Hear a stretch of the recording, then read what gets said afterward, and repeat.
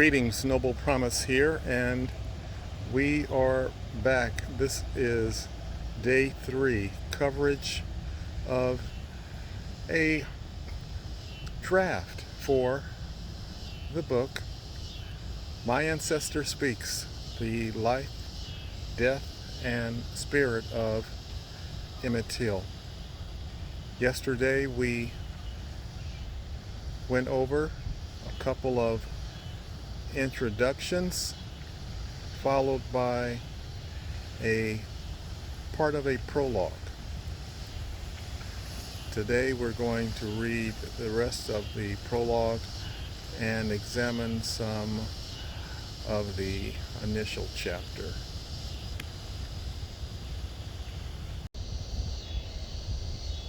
Let's pick up where we left off from yesterday. Yesterday, the prologue included this sentence. On August 28, 1955, Emmett Till was killed.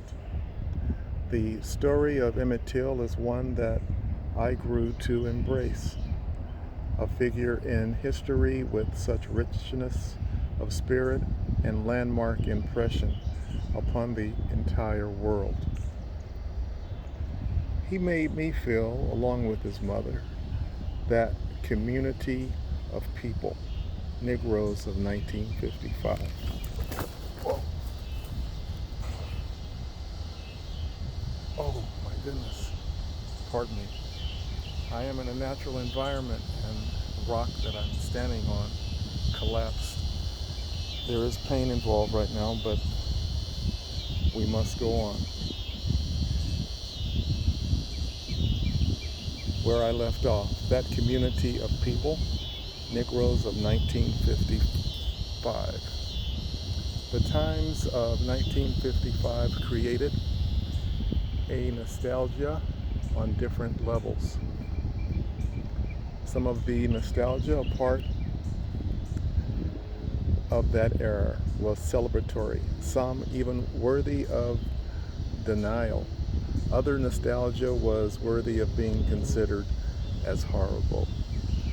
The events of Emmett Till's historic journey from life to death, that death of no invite by him or his family. He was one born of a loving mother. His mother was one who defended the life of her son until her own death.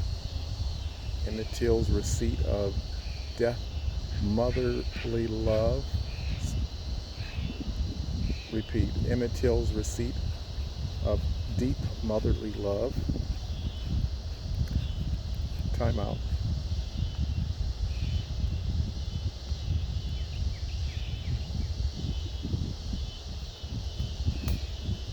Okay, pardon me.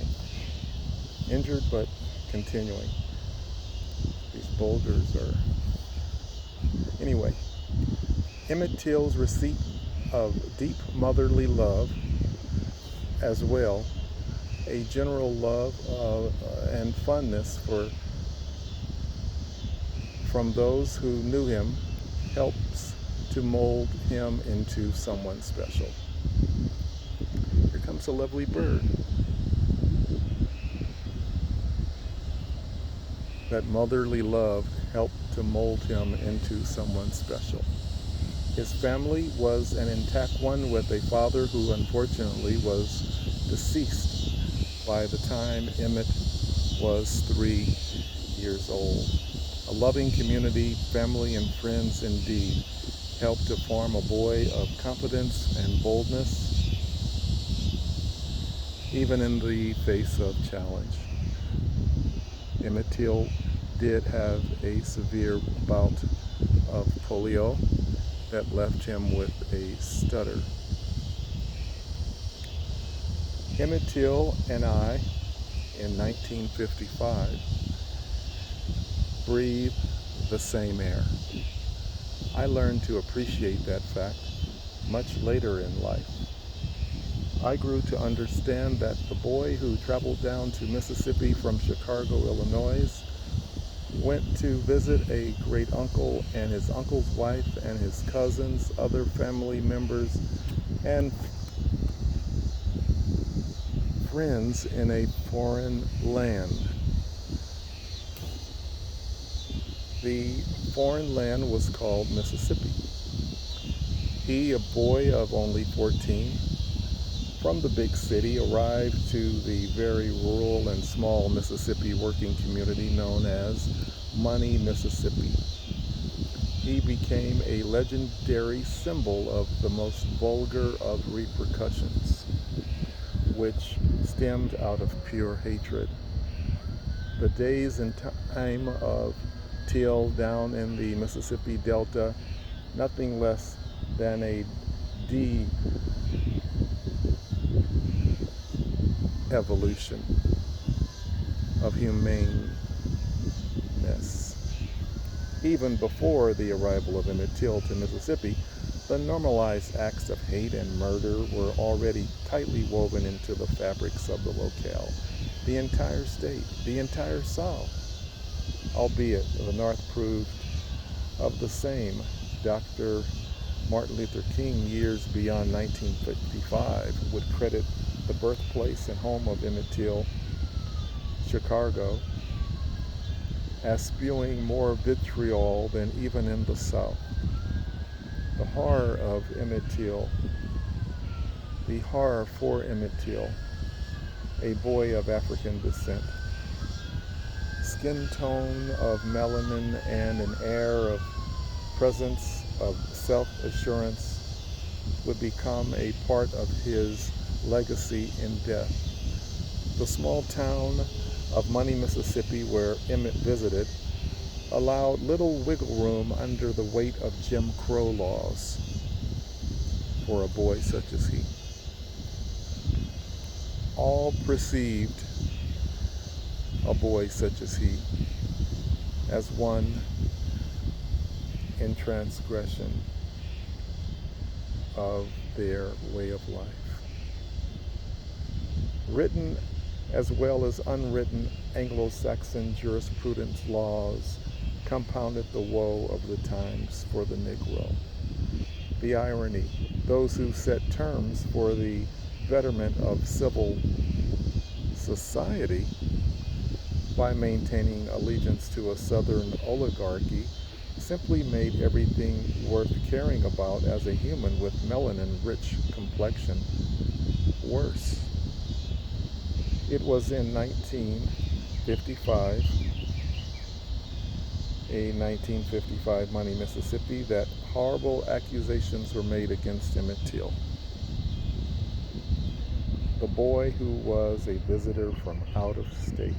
The accusations themselves are unworthy of detailing at this juncture, but as the story goes and by eyewitnesses' accounts, Emmett Till made a sound that was interpreted as offensive to a local woman. An older cousin's account is certainly noteworthy, for in this book we shall go with what Emmett Till's mother believed to the day she died. What she believed? Her son did not make any purposeful sound with his lips at that dreadful woman who worked in the Money, Mississippi family store. Instead, because of Till's stutter, he was merely doing what he had learned from his mother. She taught him that when words seem hard to get out, to make the air come out as a whistle. So, lo and behold, that is the sound allegedly coming out of Emmett Till's mouth by witnesses including his cousin. So be it. True or false, we're going with his dear mother's account. Because for any other reason than whistling, still a boy of Emmett Till at 14 years old had a judgment of death without rights due. But again, in Jim Crow, Mississippi, rights for the Negro were off the table, non-existent. The more popularized story accounted for, claiming that Emmett Till did other, seemed almost too fantastic. Let me repeat that. The more popularized story accounted for, claiming that Emmett Till did other than whistle, seemed almost too fantastic to believe. Whether whistling on purpose or doing it to cure a moment of anxiety leading to a stutter, or leading from a stutter, Emmett Till's murder, because of such, has stayed with me for a lifetime as being beyond the pale of reasoning. Here I'm strengthening a few sentences prior that were a part of the narrative to support that even a boy does whistle at an adult woman. And as some have said, if he had not been a Negro but an Anglo-Saxon, he would still be alive. So whistling at a person, that's part of the atrocity of the whole saga of Emmett Till down south, the persecution. But we'll go into the story more. Here we are with the prologue. Whether whistling on purpose or doing it to cure a moment of anxiety leading to a stutter, Emmett Till's murder, because of these circumstances, has stayed with me for a lifetime as being beyond the pale of reasoning. It is my belief, reader. You too can easily see my point and likely feel the same way about the murder of my ancestor, Emmett Till.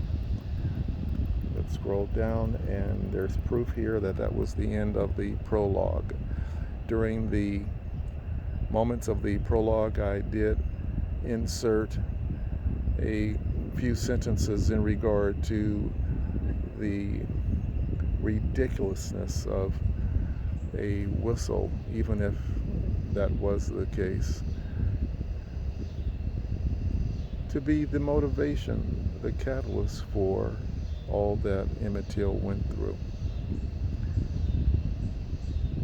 This is day 3, reading of My Ancestor Speaks, the life, death, and spirit of Emmett Till.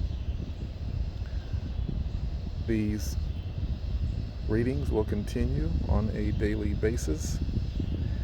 I mentioned 20 installments. I think I'm on a roll.